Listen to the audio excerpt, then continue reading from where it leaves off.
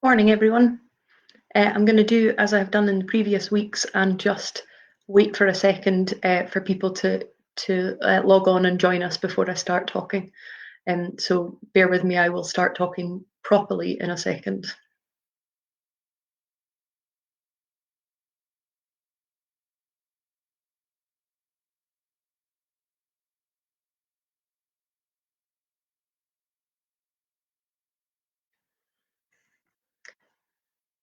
So, hi everyone, welcome back if you have been with us before for a Learn with Lorna, and welcome for the first time if you haven't been before. I know that this week there are a whole load of new school groups watching, so a particular hello to you. I think Carbost Primary and Watton and Aviemore and all sorts of different primary schools who I think are joining us um, for this session. So that's really nice to welcome you. If you want to, it's nice already seeing people coming up saying hello. That's really nice. If you want to tell us where you are, where you're watching from, that would be lovely, so that we can see who's there. Just a reminder for those of you who haven't seen one of these before, my name is Lorna Steele. I'm the Community Engagement Officer at the Highland Archive Centre, and so my role involves anything at all that connects people with the collections that we look after, which are, for those of you who are new to archives, we look after original documents. So original documents to do with the history of the Highlands. The previous sessions that we've done on all sorts of different subjects are available on the High Life Highland YouTube channel and on the Highland Archive Centre Facebook page. If you want to go back and have a look at those, please do. And if you want to have a look at all the resources we've put up on our website, please do that as well. That would be great.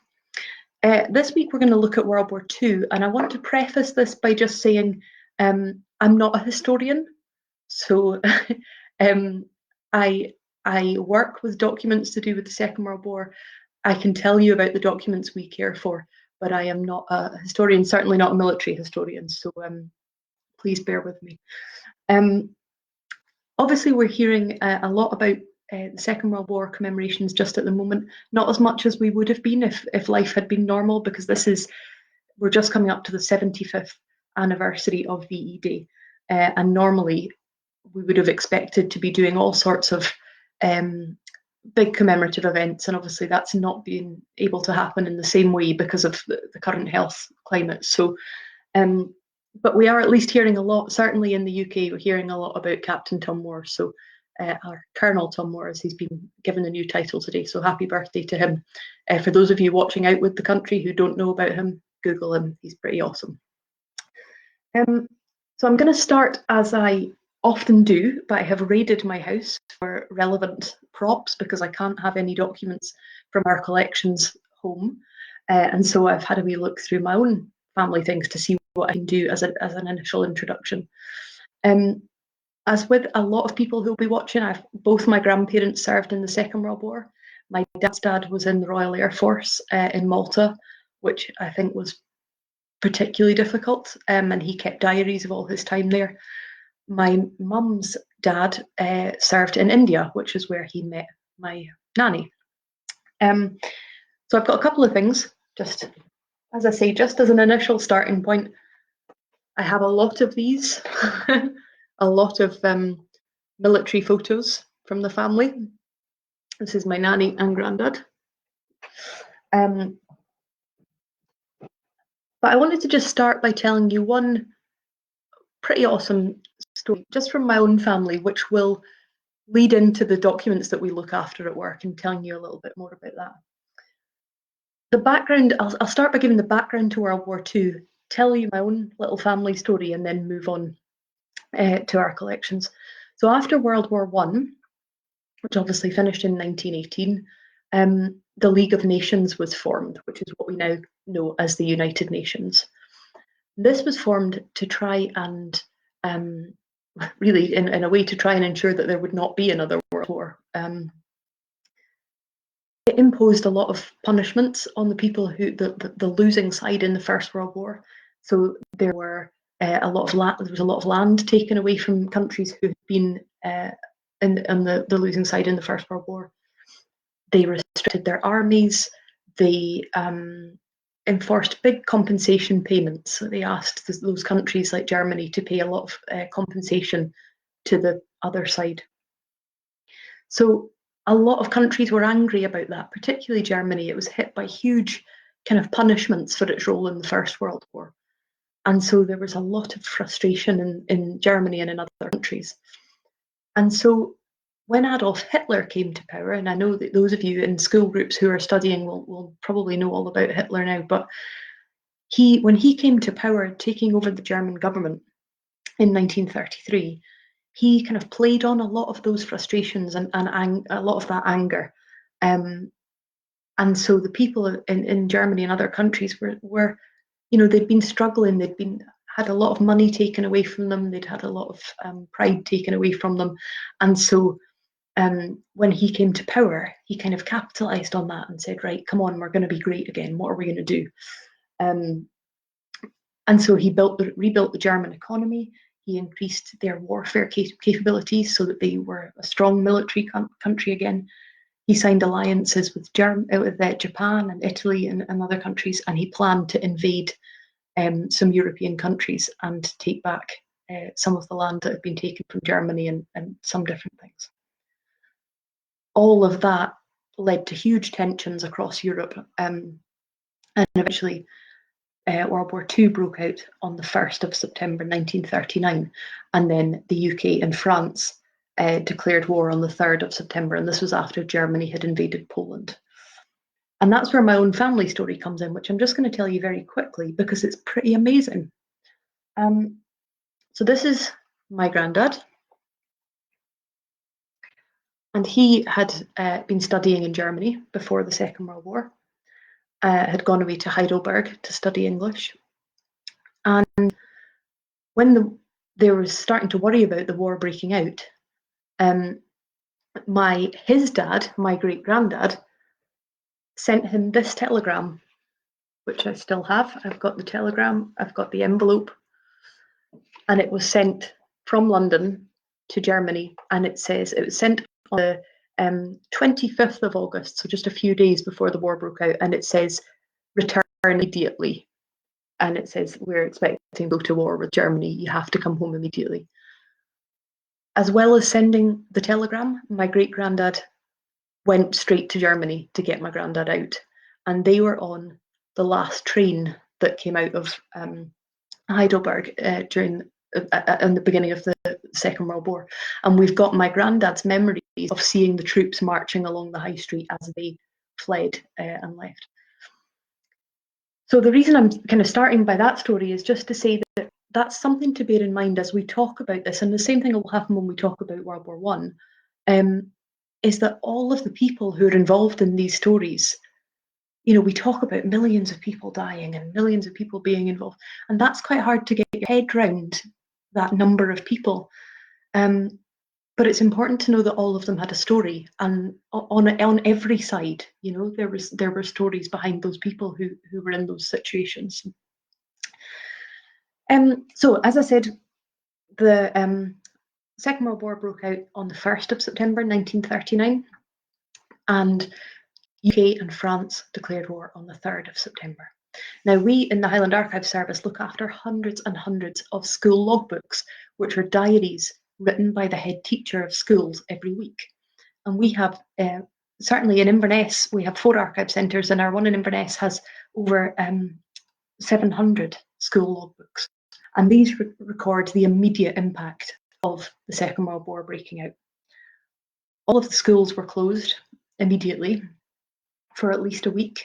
The school buildings were used to sort out where evacuees were going to go. So those of you at school will probably have looked at evacuation, will have looked at splitting. And that's what happened when the children were sent to different places and when someone decided where they would stay for the duration of the war. So the schools were used for that. The schools obviously immediately had to try and sort out how they would accommodate all these new people who were coming. We'll talk more about evacuation in a second. But quite often people would come, whole school groups would come with their teacher. So our central school, we hold a lot of logbooks for central school in Inverness, and one of the logbooks for that says that 1 week after war had been declared, when the school reopened, there were 27 evacuees and a teacher from Edinburgh. So that shows the speed that things changed. And again, that's one of the documents that's up on the website for you to have a wee look at. Pupils were all issued with gas masks. So again, if you're studying this at school, you'll have probably looked at gas masks. They're horrible, they're scary looking. If you haven't already, I would really recommend you go and look at the Mickey Mouse gas mask. I quite often talk about this with school pupils, and when they go and look, they're always like, oh, that's horrible. So have a look at the Mickey Mouse gas mask. And they were given drills on how to put on the gas mask, making sure that they were in good repair, putting them on, taking them off. They had to do ARP rehearsals, which is air raid precautions. And again, in my own family papers, I've got borough air raid precautions notes of what would happen and what everybody's role was and how they were going to be to make sure that there were no bombs and watching for air raids. So all of our school logbooks that we hold in the Highland Archive Service show that immediate impact on schools and on daily life. And there were bomb scares. You might think that in the Highlands we didn't really have many things like that happening, but actually we did. And was bombed, and that's one of the documents that's up for you to have a look at today, a little bit about the Bankroll bombing in Wick. There were areas in Lochaber that were bombed because they had the aluminium smelters. And there were bomb scares in Inverness, and the school logbooks again show that. They show that there was air raid sirens going off, and all the pupils who were walking to school had to just run into the nearest houses and hide. But obviously, I would imagine a lot of you at school will be looking at the Blitz and the impact of the Blitz on particularly London, but also on Glasgow and Clydebank and different places. Didn't have anything to that extent up here, but we did have some bombings. And of course, we had the fear of the bombings and the news that was what was happening in the rest of the country. So that was quite scary. There was a lot of changes for young people during the Second World War. I think the main thing, as I've already said, I think would be living with a constant fear. I think people would have been very frightened during the Second World War. What was going to happen? And that's a constant pressure for people. They would have seen a lot of soldiers about. So the Highlands had a lot of people training up here, a lot of troops. And I'll talk more about that in a second. But they would have been suddenly seeing all these soldiers and sailors and airmen about the place. A lot of them, their fathers would have gone off to fight, and they would suddenly have no father at home. Their mothers might have been going out to work for the first time. Now, again, to a lot of us, that seems a bit strange because we've grown up with mums and dads being away, mums going to work, things like that. But for that generation, that was a huge change. But I think probably the biggest change would have been evacuation. So one of the documents I've put up on the website for you to have a look at is about evacuation and how that all came about. That was obviously when children were sent away from dangerous areas to areas that might be a little bit safer. This was planned for months before the war broke out. And Britain was split into 3 different areas. It was split into sending areas, receiving areas, and neutral areas. So you can probably guess that the sending areas were places like London. In Scotland, there were places like Edinburgh, Glasgow, Rosyth, Dundee, Clydebank, the areas that had big industry or docks that were going to be particularly at risk. And then there were receiving areas, which were most of the Highlands was a receiving area. Inverness-shire, Argyll, Caithness, place that it would be safe for the children to be sent away to, so that they would survive the bombings in the cities. Quite often people went in their class, so very, very rare for adults to go and rare for people to go as a family. Generally, people went with their whole class. So you would go, now normally maybe you guys wouldn't want to go anywhere with your class, but I'm guessing now it might be quite nice to see your class and your teacher. So they would normally go in a group of 20 or 30 of the class and have their teacher go with them and look after them. So we've got all sorts of documents that talk about this time in the Highlands. Documents that talk about every area, counting how many available beds there were. So going around interviewing local people, saying how much space have you got in your house, how many people can you take in, and then also counting all the spaces in schools. And people came from all over, and our school logbooks show that there were people who came to the Highlands from Birmingham, from Ipswich, from London, all sorts of different places, and came up to the Highlands. Central School alone had about 260. So that's one school in the middle of Inverness had about 260 over the course of the war, which is quite amazing. And they were sent away with some rations. So one of the things to think about, and I often, when I'm speaking to school groups about World War II, one of the things I always say is what do you think you would need food-wise to survive for 2 days? And have a wee think about that. You'd probably need 2 breakfasts, 2 lunches, 2 dinners, some snacks, some drinks. And this, I'm going to read it if you bear with me. This is what they were given, the evacuees were given to travel with for rations. So they were given 1 can of meat, 2 cans of milk, 1 sweetened and 1 unsweetened, 1 pound of biscuits, 1/4 pound of chocolate flakes, and that was it.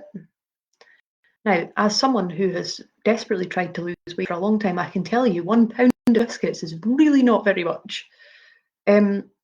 So nothing fresh, no fruit, vegetables, nothing that's going to give any kind of nutritional value or just keep you healthy, because they needed to make stuff that would travel.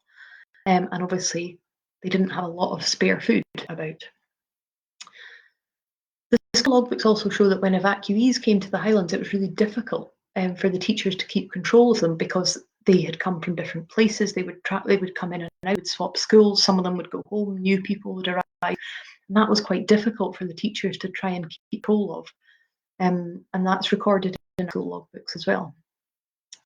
And then at the end of the war, we've got an example of a letter that the Queen, so that's our Queen's mother, so Queen Elizabeth, the Queen Mother, writing to say thank you to everybody who took in evacuees, because everyone who took them in received some money from the government to pay for clothes and food and things like that, but it was a sacrifice for a lot of people to take in evacuees.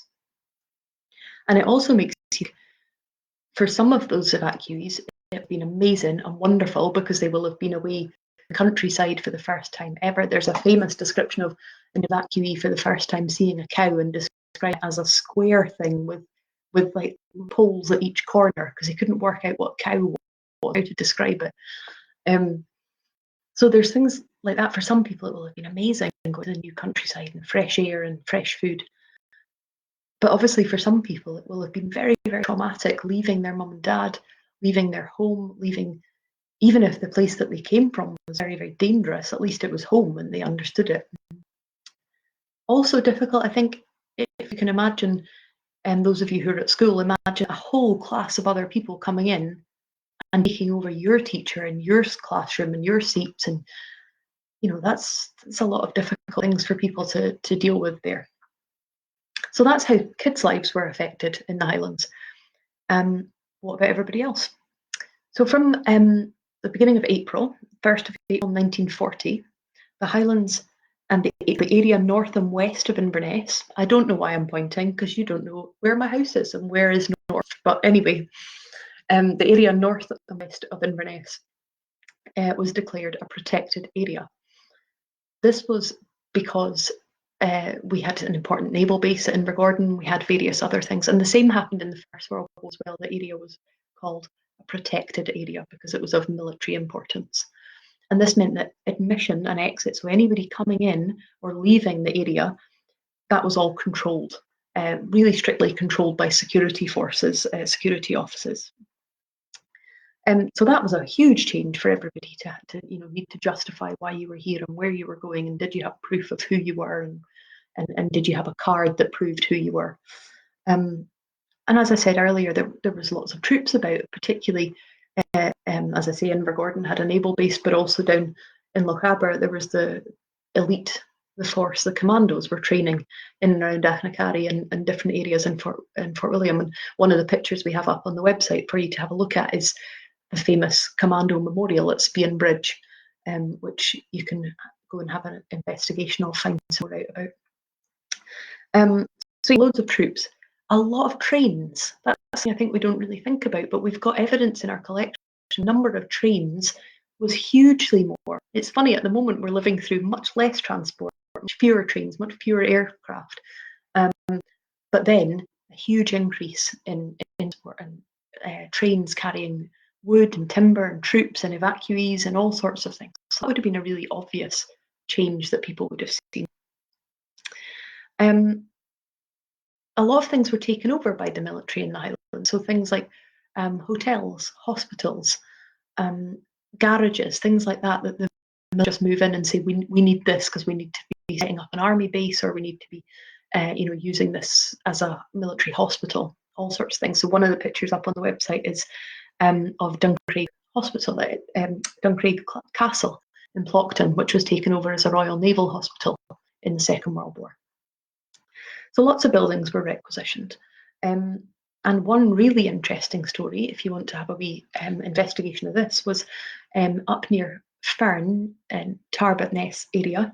There was a huge area, well, I say huge, but comparatively, there was a whole community that was told that they had 20 days to entirely vacate, to get out of the community, because they needed to take it over, and they were practicing for the D-Day landings up there. So that's a really interesting thing, an entire village, and they think about 900 civilians, 900 people who had to leave their community so that the military could take over all the buildings in that area. So loads of different changes. And obviously one of the things that was different was rationing. And again, adults will maybe know about this. Some of you might even remember it. My parents were born in the late 40s, and they remember that the end of that rationing and having limited access to things. So rationing would have been happening. So we would have had a limited amount of food, a limited amount of clothing and resources. Some people, and this is an interesting thing for you to think about, some people say that that's the best way for us to live, with a limited amount of food, a limited amount of sugar and fat, and that the diet in the country was very good at that time. But obviously it's not a reason we would want to be in that situation. So yeah, rationing was a thing that affected people a lot. Going back to the schools, another thing that happened a lot in the schools was raising money. And we've got some awesome examples of this in our collections, of school pupils doing things to raise money or to support the troops. We've got examples of school pupils knitting vests to send to the bombed areas in London, in Coventry, in London. We've got examples of them collecting as many clothes as they could to send to bombed areas in Europe, raising money for aircraft, for troops. Astonishing one about collecting books. Central Primary School collected over 22,000 books in a fortnight when they had a book drive. All sorts of things. And obviously one of the other things they did was dig for victory, which I'm fairly sure, again, the adults among you will know, and the children I'm sure will have already looked at that. So that's an interesting thing. And one of the we've put up on the website for you is to think about those slogans like keep calm, carry on, dig for victory, walls have ears, all those sorts of things, to try and make a poster of one of those, or one of the slogans we're hearing all the time now from our government, things like stay home, stay safe, stay in, protect the NHS, things like that. You know, the government has always used sort of punchy sentences to get an impact. So how about we think about those? So that's some of the things that were happening on a daily basis, but how did those things impact people? One of the things we're really lucky in archives is that we have people's personal stories.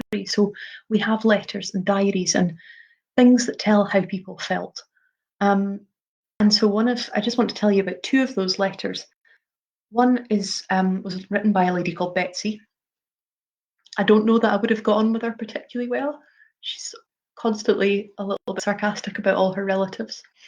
But we have one of her letters up on the website for you to have a look at, and it's amazing because she describes how scared she is about the war starting, about her husband going on a fight, about having to evacuate her children, her fear that her aunties might come and live with her, which I think we can all identify with. And one of the most powerful things about that letter is she says, and I'm going to read it off a piece of paper I have here. She says, "We're rushing headlong into disaster and we can't stop. We're powerless to stop ourselves." And she says, "Isn't it a terrifying thing to know that we're charging towards a war? Nobody wants the war, and there's nothing anyone can do to stop it happening because we're too far in now." That's quite amazing. I think that's a very powerful sentence. And so that letter's up for you to have a look at on the website. The other thing I've got up, there's two things from the war website to show you. One is a map of the French city of Brest, and it shows, if you zoom in on it, all of the trenches, all of the where the Nazi bases are. You can see little swastika flags dotted around where all the Nazi trenches are, all sorts of things. And so that's a very, very interesting map for you to have a look at. The last thing I've got to tell you about is the most astonishing letter. It's one of my favourite documents. And if you watch me on this week after week, you will hear me frequently going, it's one of my favourite documents. I have many favourite documents, but this particular letter was written by a lady called Huguette Verhaeghe, and it was written to a man called Richard Sutherland, who lived here in the Highlands. And Huguette Verhaeghe was in the French Resistance. So I think the work I've done with schools before, I don't think you look at French Resistance as part of the curriculum, but it's worth telling you this story. And also, if you have a bit of time, it's worth going and have a wee look about it. And Huguette's letter is up on the website for you. And the reason I love it is because it gives a really clear description of what life was like living under the Nazi regime. Now, the French resistance weren't soldiers, they weren't military trained. These were just individual people who didn't want the Nazis to be ruling over France and fight secretly back against them. Really brave, very, very brave. And Huguette's letter is 14 pages long, and I've put a whole typed copy up for you to look at, so you don't need to read all 14 pages of her scrawly handwriting, which she does apologise for. But she's describing what happens when, what's happened to her throughout the course of the Second World War, and how frightened she. And one time she talks about she's going on her bike, and she says a plane flew overhead, and something fell out of the plane, and she immediately threw her bike in the bushes and hid under the bush.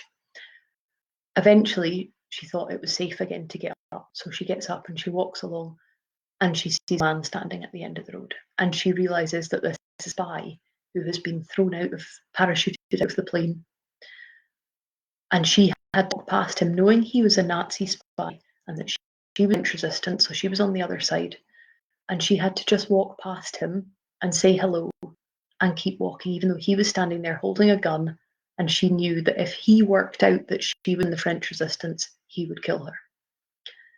And so she just walked past him, but she was shaking and very frightened.